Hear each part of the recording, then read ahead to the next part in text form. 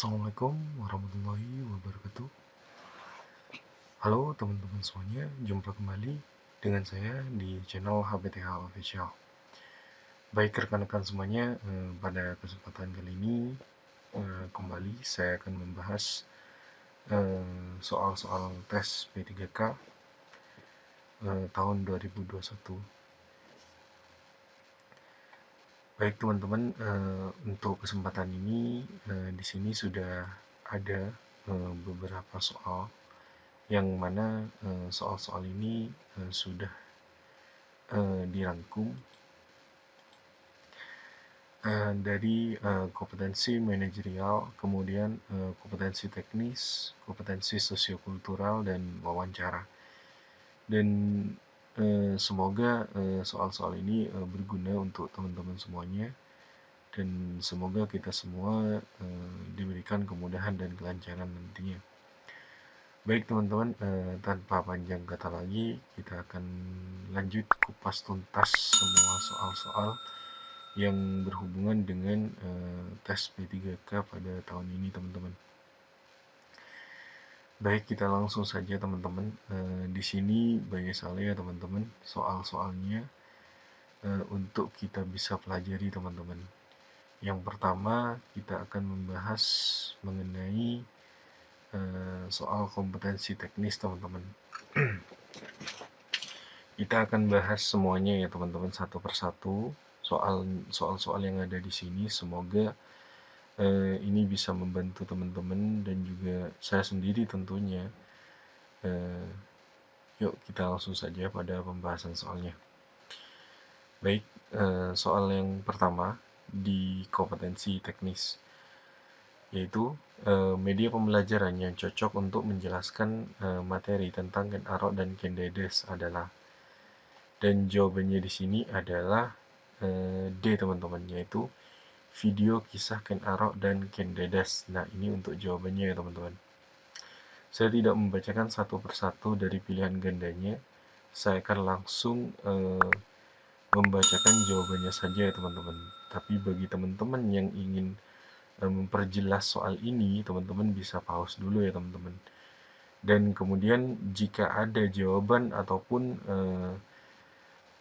soal yang saya bacakan salah, mohon koreksinya ya teman-teman, karena saya butuh saran dari teman-teman semuanya.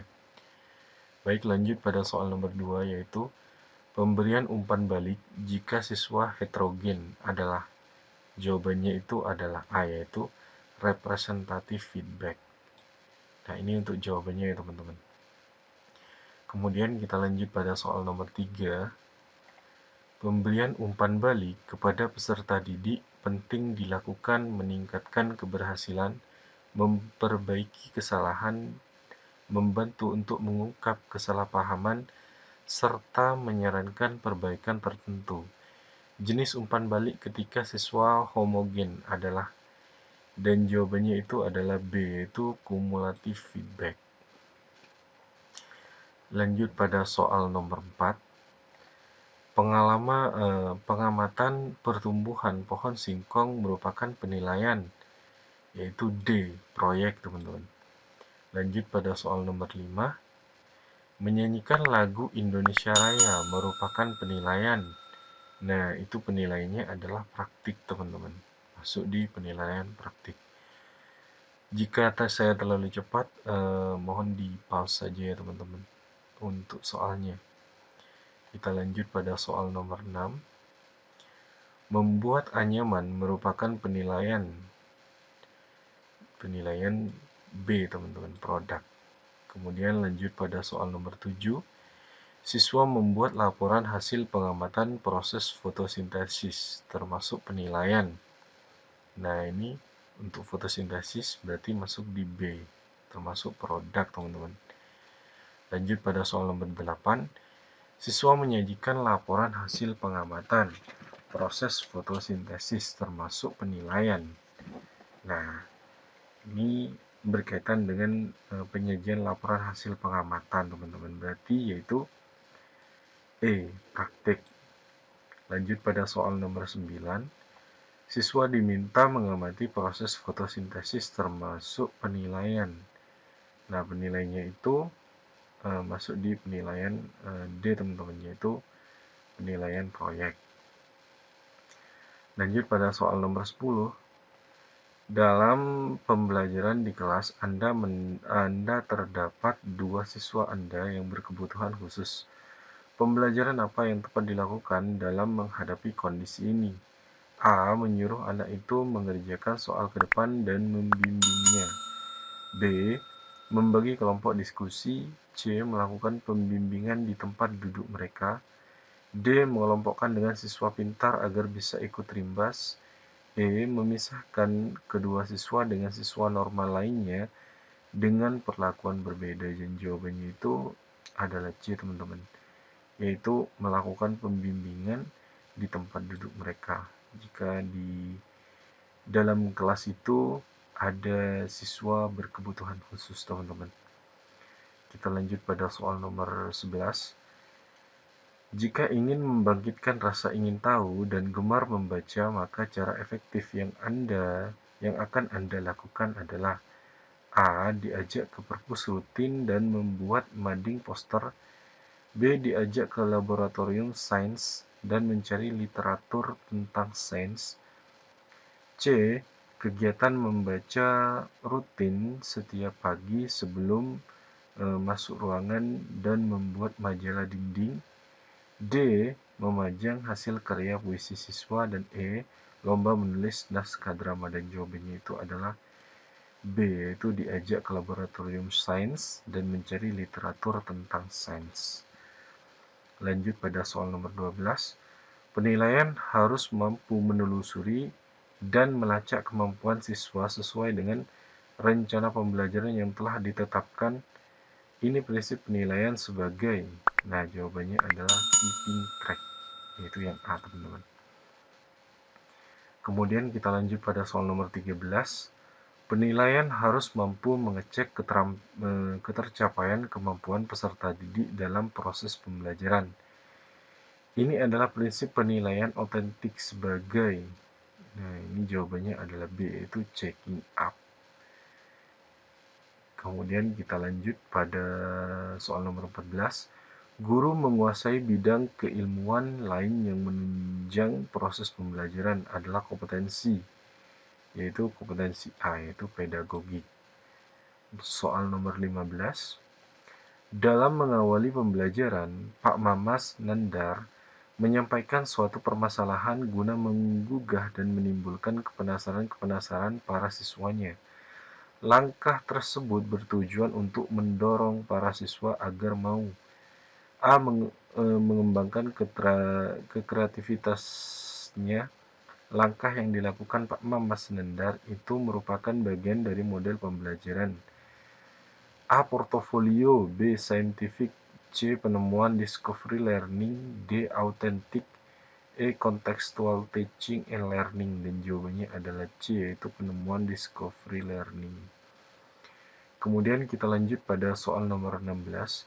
Dalam mengawali pelajarannya, Pak Ali merumuskan pernyataan, mengumpulkan data informasi dengan berbagai teknik megasosiasi dan menganalisis atau mengolah data informasi dan menarik kesimpulan serta mengomunikasikan hasil yang terdiri dari kesimpulan untuk memperoleh pengetahuan, keterampilan, dan sikap.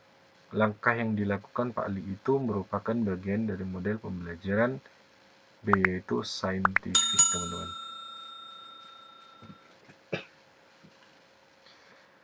Kita lanjut pada soal nomor 17, teman-teman. Manakah cara yang paling efektif dan bermakna dalam mengomunikasikan hasil penilaian harian atau capaian sementara kepada siswa dan orang tua? Yaitu A. Menggunakan angka-angka dan peringkat sementara siswa dalam kelas. B. Menggunakan angka-angka tanpa disertai peringkat. C. Dalam bentuk kategori A sangat baik, B baik, C kurang, D kurang sekali. D. Dalam bentuk angka KKM yang dicapai pada mata pelajaran dan kelulusannya. E. Dalam bentuk deskripsi tentang KKM yang sudah dicapai dan belum dicapai. Dan jawabannya itu adalah E, yaitu dalam bentuk deskripsi tentang KKM yang sudah dicapai dan belum dicapai. Kemudian kita lanjut pada soal nomor 18. Penilaian yang dilakukan oleh seorang guru harus dapat menilai kemampuan siswa sesuai dengan tuntutan kurikulum dan meliputi berbagai aspek. Hal ini sesuai dengan prinsip, yaitu prinsipnya B, teman-teman, menyeluruh. Lanjut pada soal nomor 19.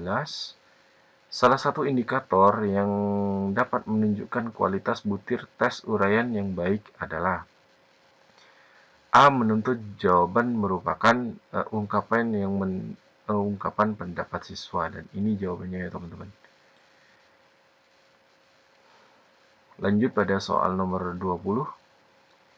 Berikut ini merupakan faktor-faktor yang perlu diperhatikan dalam pengembangan kisi-kisi tes uraian, kecuali ya jawabannya adalah C, teman-teman. Penentuan indikator atau tujuan. Lanjut pada soal nomor 21. Berdasarkan hasil tes, para siswa dikelompokkan menjadi beberapa kelas sesuai dengan tingkat IQ-nya. Dilihat dari fungsinya, maka tes tersebut termasuk dalam jenis tes. Dan jawabannya itu adalah B, yaitu penempatan. Lanjut pada soal 22. Disediakan 2 magnet dan paku. Siswa melakukan percobaan tarik-menarik kutub medan magnet. Komponen tujuan pembelajaran yang kurang dari hal tersebut adalah, yaitu E, teman-teman, degree. Lanjut pada soal nomor 23. Media yang cocok untuk menggambarkan tentang banjir adalah, yaitu C, potongan artikel berita di media cetak. Lanjut pada soal nomor 24. Media yang tepat untuk mengajarkan kebutuhan ekonomi yang melonjak tinggi adalah, dan jawaban di sini adalah C, teman-teman, yaitu tayangan berita di televisi. Lanjut pada soal nomor 25. Penilaian yang dilakukan oleh seorang guru harus didasarkan pada prosedur dan kriteria yang jelas. Tidak dipengaruhi subjektivitas penilai. Hal ini sesuai dengan prinsipnya itu E, objektif. Lanjut pada soal nomor 26.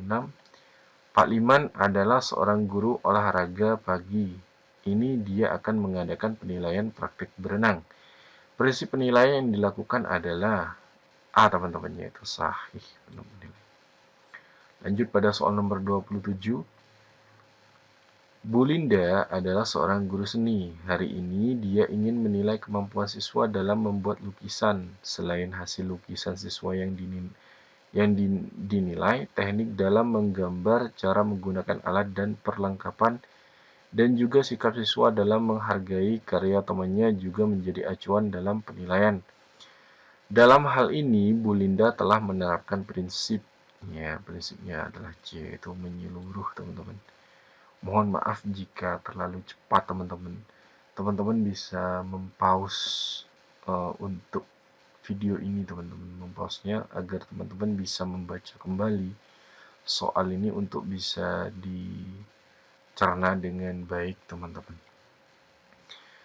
Lanjut pada soal nomor 28. Pak Bejo adalah guru PPKN di sekolah Mekar Indah.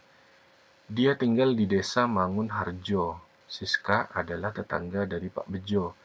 Setiap pembagian hasil evaluasi, Siska selalu diberi nilai 85 oleh Pak Bejo. Sementara Rudi, siswa yang paling pintar di kelasnya, hanya mendapat 80 dari kasus di atas. Artinya Pak Bejo tidak melaksanakan prinsip penilaian. Kita masuk, yaitu B, itu objektif, teman-teman. Lanjut pada soal nomor 29. Hari ini diadakan penilaian harian oleh Pak Rendra, guru fisika. Jumlah nomor soal ada 10. Siswa dengan absen ganjil mengerjakan nomor ganjil, siswa dengan nomor absen genap mengerjakan soal nomor genap. Yang dilakukan Pak Rendra tidak sesuai dengan prinsip penilaian, yaitu adil, teman-teman. Lanjut pada soal nomor 30. Hari ini diadakan penilaian harian oleh Pak Bobi, guru bahasa Jawa. Jumlah nomor soal ada 10. Siswa diminta untuk mengerjakan 7 nomor soal dari 10 soal yang diberikan. Siswa bebas memilih 7 nomor soal dari 10 soal yang diberikan Pak Bobi. Yang dilakukan Pak Bobi tidak sesuai dengan prinsip penilaian, yaitu A, teman-teman, adil.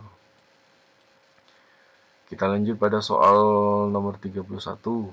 Pagi ini penyerahan rapor untuk siswa SMP Mekarsari. Bu Neni adalah guru matematika di SMP tersebut.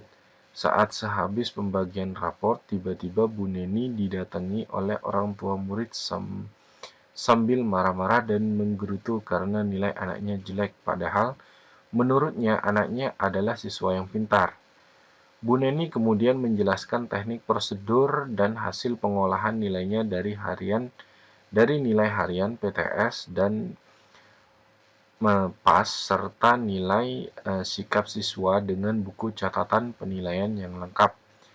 Dan akhirnya orang tua siswa tersebut dapat mengerti bahwa nilai anaknya memang sesuai dengan fakta.